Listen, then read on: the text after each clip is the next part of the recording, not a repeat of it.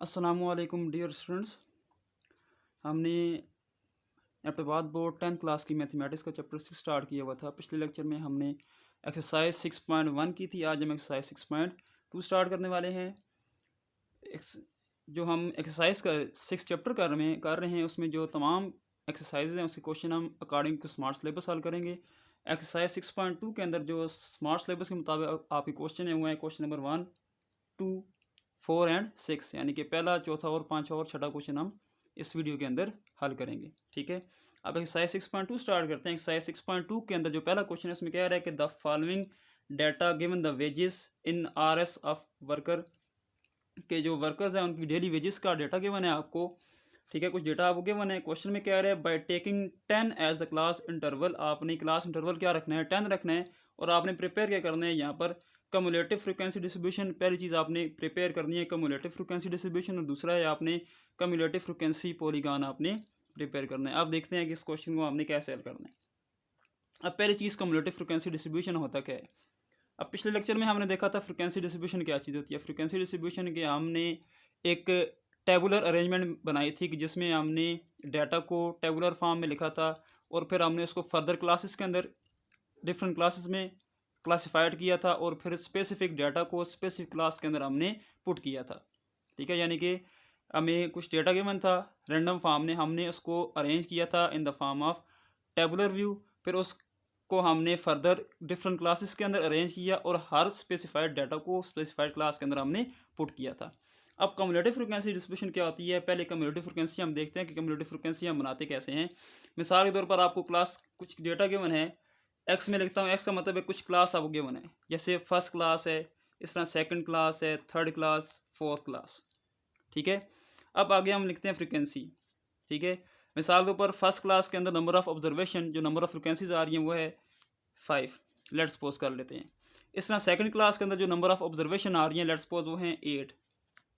ठीक है, यानी कि यूँ समझ लें कि फर्स्ट क्लास है, यानी कि अब स्टूडेंट्स के मार्क्स कंसिडर कर लें, यानी कि 90 अबव कितने स्टूडेंट आ रहे हैं आपके पास, नंबर ऑफ फ्रिक्वेंसी है, नंबर ऑफ ऑब्जर्वेशन क्या आ रही हैं, 5 आ रही हैं। इस तरह सेकंड क्लास यानी कि 80 कंसिडर कर लें, 80 से अबव आपके पास नंबर ऑफ ऑब्जर्वेशन कितनी आ रही है तो उसमें 8 हैं।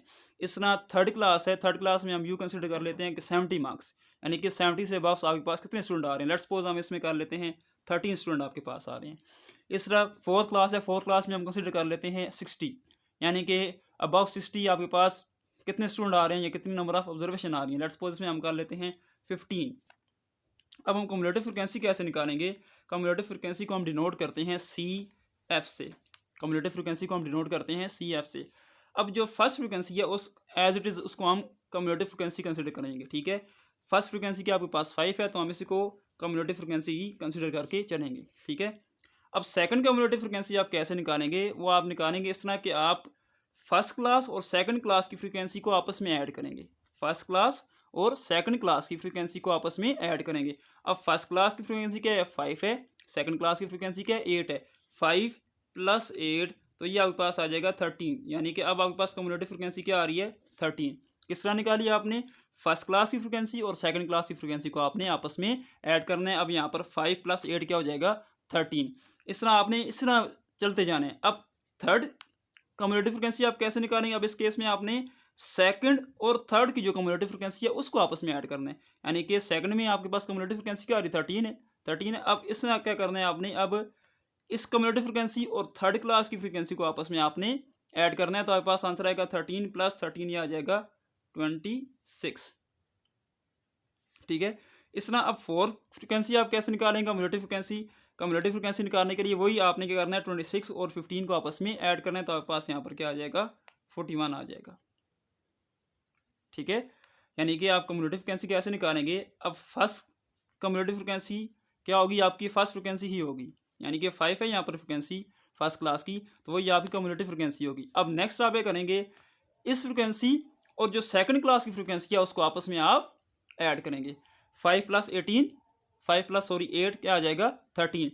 अब थर्ड कम्युलेटिव फ्रिक्वेंसी आप कैसे निकालेंगे, उसमें आप सेकंड जो कम्युलेटिव फ्रिक्वेंसी है और जो थर्ड क्लास की कम्युलेटिव फ्रिक्वेंसी है उसको आपस में ऐड कर देंगे। 13 + 13 26 आ जाएगा।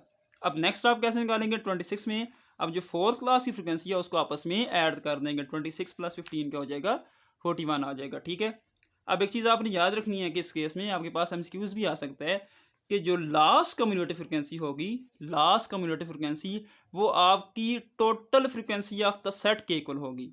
जो आपकी लास्ट कम्युलेटिव फ्रिक्वेंसी होगी वो total frequency of the set के इक्वल होगी। अब टोटल फ्रिक्वेंसी ऑफ सेट क्या है? 5 + 8 13, 13 + 13 26, 26 + 15 आपके पास क्या आ गया? 41। यानी कि टोटल फ्रिक्वेंसी ऑफ सेट आपके पास क्या आ रही है? 41 आ रही है, और लास्ट कम्युलेटिव फ्रिक्वेंसी भी क्या है? 41 है। तो आपकी हमेशा last cumulative frequency total frequency of the set के इक्वल होगी। आपके पास एमसीक्यूज भी आ सकता है, last cumulative frequency is dash to total frequency of set, तो उसमें आपने लिखना है equal to total frequency of set.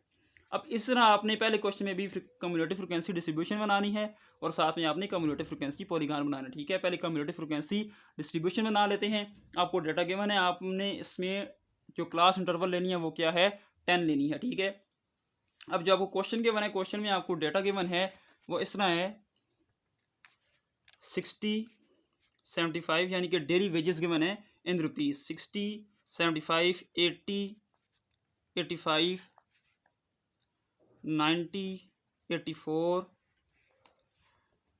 70 73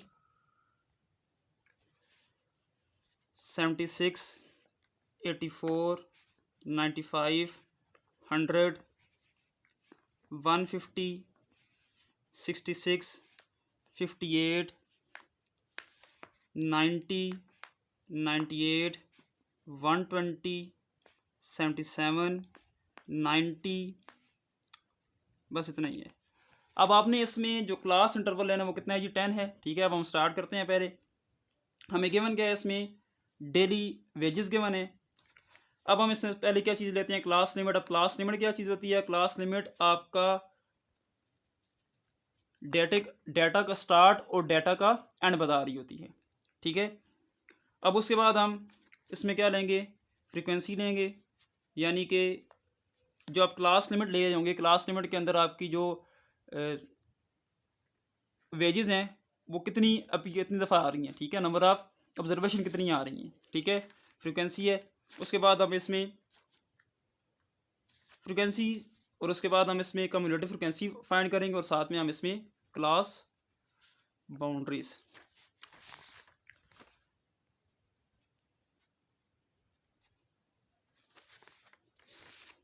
ठीक हो गया, यानी कि इसमें हम class limit, frequency, cumulative frequency और साथ में क्लास बाउंड्रीज फाइंड करेंगे। अब क्लास लिमिट, अब इसमें देखें जो हमारे पास स्मॉलेस्ट नंबर जो आ रहा है वो कितना है जी? 58 आ रहा है। जो स्मॉलेस्ट नंबर हमारे पास आ रहा है वो क्या है? 58 है। और जो लार्जेस्ट नंबर हमारे पास आ रहा है इसमें 60 60 84 120 आ रहा है। 120 बल्कि 150 आ रहा है इसमें। जो लार्जेस्ट नंबर हमारे पास आ रहा है वो 150 है, स्मॉलेस्ट नंबर है 58 है। इसलिए करते हैं हम क्लास लिमिट 55 से स्टार्ट करते हैं। अब क्लास इंटरवल हमें गिवन है 10 का, तो 55 से लेकर 64, यानी कि अब 55 से 55 को आपने इंक्लूड करना है, तो 55 को इंक्लूड करें तो 64 तक आपके पास 10 इंटरवल बन जाते हैं। ठीक है, इसके बाद आपने स्टार्ट करना है 65 से, तो ये एंड होगा 74 के ऊपर।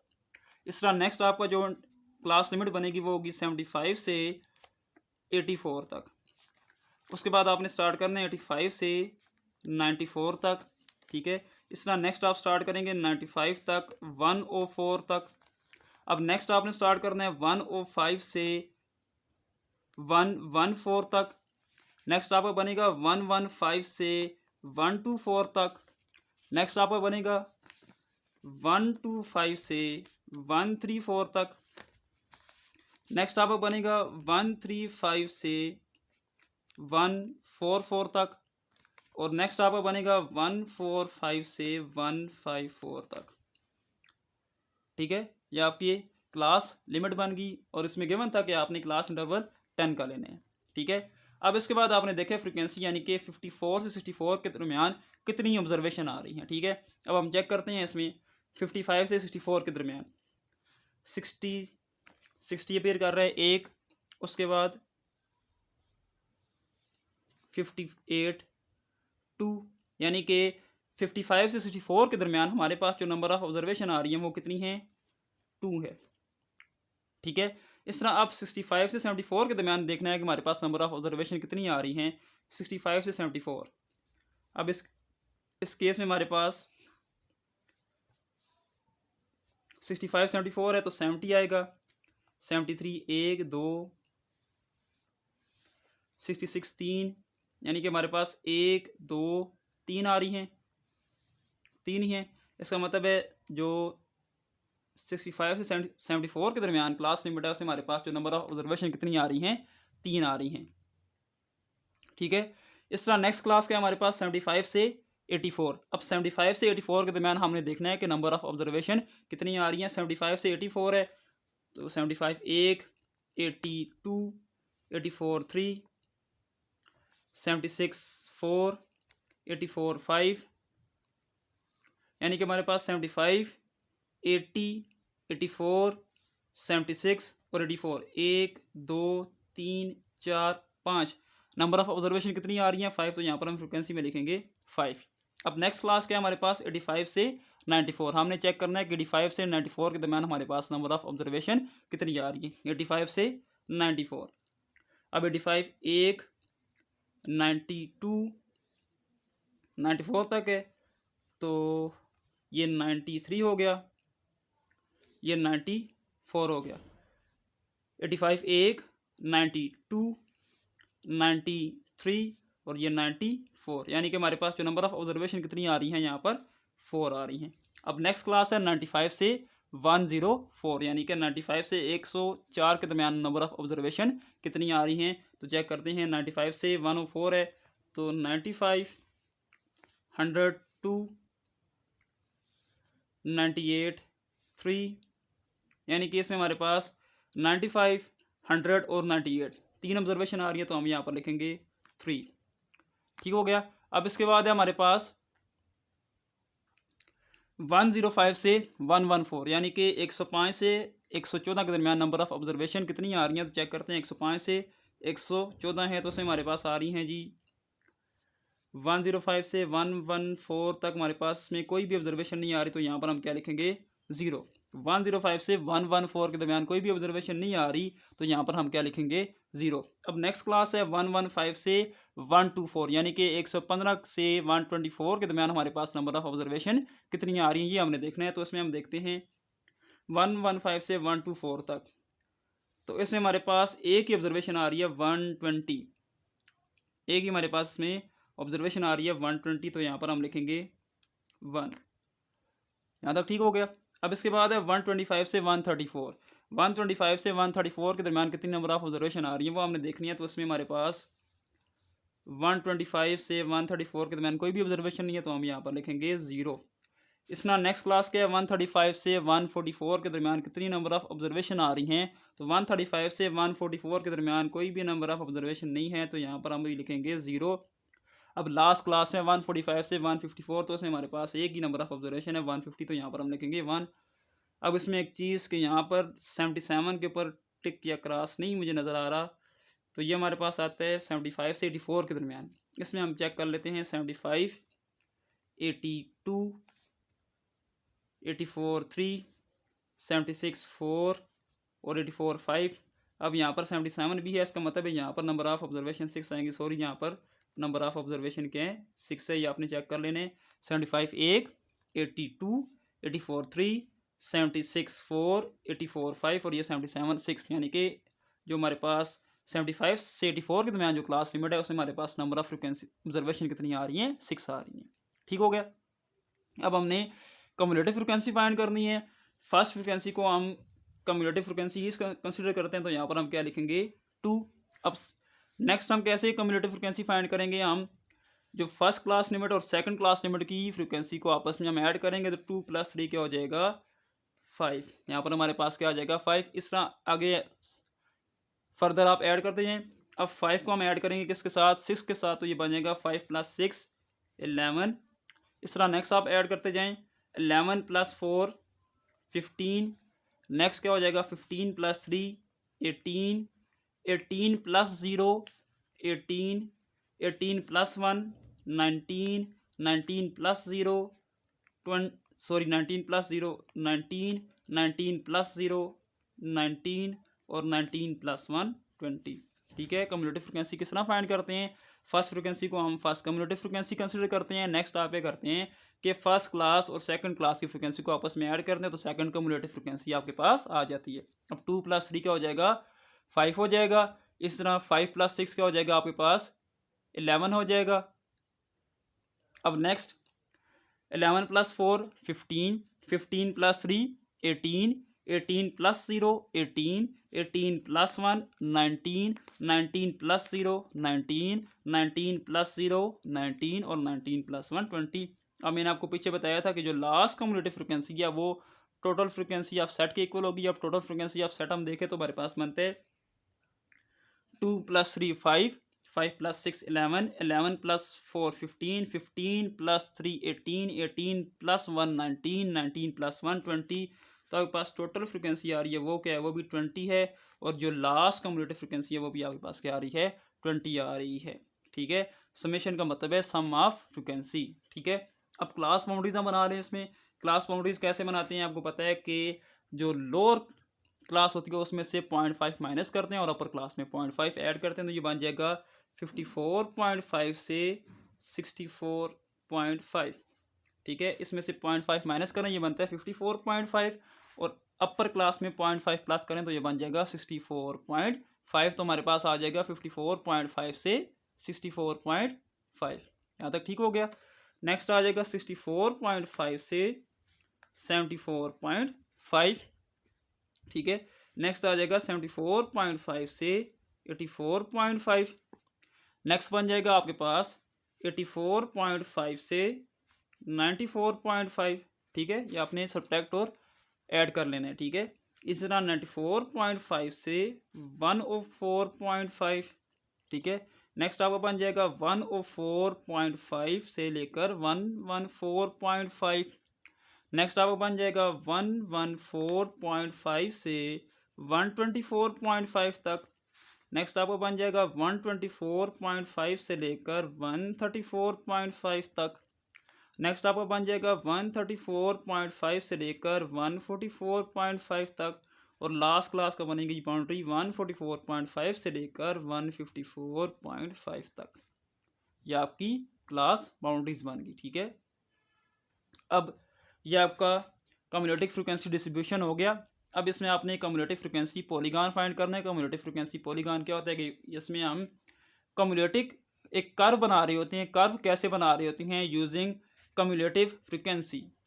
ठीक है, कम्युलेटिव फ्रिक्वेंसी को इस्तेमाल करते हुए हम एक कर्व बना रहे होते हैं। उस कर्व को हम बोलते हैं कम्युलेटिव फ्रिक्वेंसी पॉलीगॉन। ठीक है, कम्युलेटिव फ्रिक्वेंसी को इस्तेमाल करते हुए हम क्या कर रहे होते हैं, कर्व बना रहे होते हैं, उसको हम बोलते हैं कम्युलेटिव फ्रिक्वेंसी पॉलीगॉन।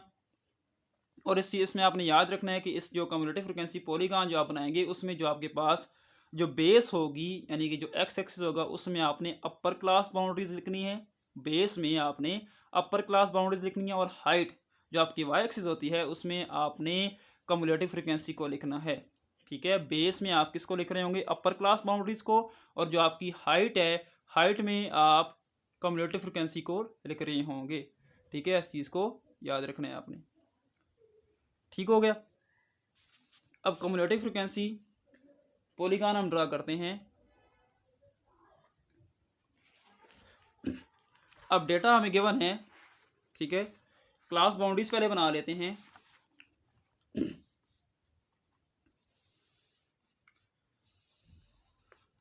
जो बेस है या एक्स एक्सिस है उसमें आपने क्या बनाना है, क्या लेना है जी, upper class boundary, upper class boundaries. अब अपर क्लास बाउंड्रीज आपकी स्टार्ट हो रही है। अब ये आपको आ रीजन 0 64.5, ये अपर क्लास बाउंड्री 64.5 है। उसके बाद आपके पास 10 का इंटरवल था 74.5, फिर आपके पास 84.5, फिर 94.5, फिर 104.5। इस तरह आपने 114.5, फिर 124.5। इस तरह नेक्स्ट चले 134.5, 144.5 और लास्ट में 154.5। आपने इसमें अपर क्लास बाउंड्रीज ले ली। ठीक है, अब जो आपका एक्स एक्सिस है उसमें आप क्या ले रहे होंगे कम्युलेटिव फ्रीक्वेंसी आपने लेनी है। अब कम्युलेटिव फ्रीक्वेंसी आपकी स्टार्ट हुई 2 से लेकर 20 तक। आप इस तरह करें कि इसमें आप जो डेटा ले लें वो 4 से ले लें, 4, 8, 12, 16 और ये 20। ठीक है, जो आपने डिफरेंस रखा है वो कितना है, 4 का है, 0, 4, 8, 12, 16, 20।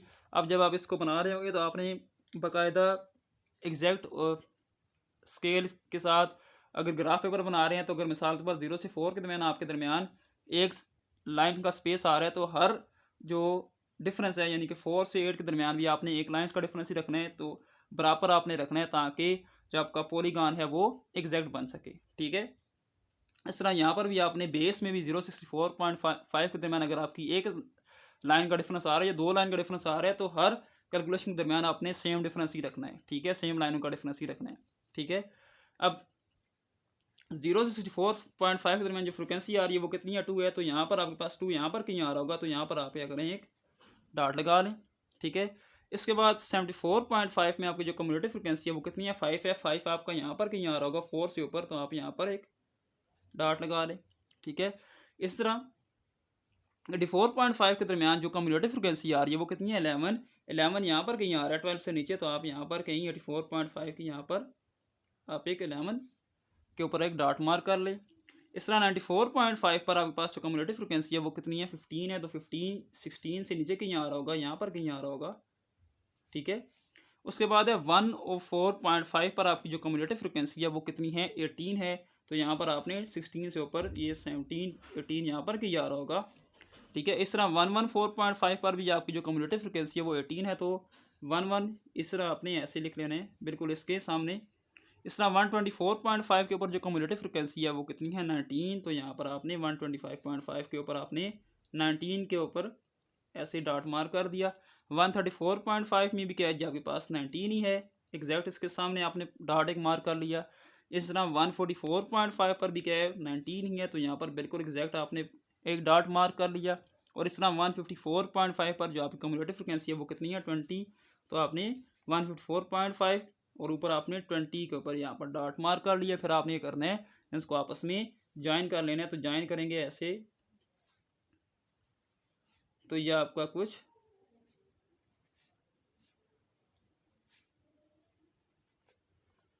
इस तरह का आपका कम्युलेटिव फ्रिक्वेंसी पॉलीगॉन बनना होगा। ठीक है, इसमें आपने क्लास बाउंड्रीज अपर क्लास बाउंड्रीज लेनी है और वाई एक्सिस यानी कि हाइट में आपने कम्युलेटिव फ्रिक्वेंसी लेनी है। हर वैल्यू के गिर जो कम्युलेटिव फ्रिक्वेंसी आ रही होगी वहाँ पर आपने पॉइंट मार्क कर लेना है और आपने फिर आखिर में क्या करना है, उन पॉइंट्स को आपस में ज्वाइन कर लें। तो आपके पास इस तरह का एक कर्व बन जाएगा। कर्व आपने इस बनाया है यूजिंग कम्युलेटिव फ्रिक्वेंसी, तो इसलिए हम कहते हैं इसे कम्युलेटिव फ्रिक्वेंसी पॉलीगॉन। ये था आपका क्वेश्चन 1 जिसमें आपको 2 पार्ट गिवन थे। पहला क्या था, आपने कम्युलेटिव फ्रिक्वेंसी डिस्ट्रीब्यूशन बनाना था, ये आपने बना लिया। उसके बाद आपने सेकंड केस में कम्युलेटिव फ्रिक्वेंसी पॉलीगॉन बनाना था, तो ये आपके पास कम्युलेटिव फ्रिक्वेंसी पॉलीगॉन आ गया।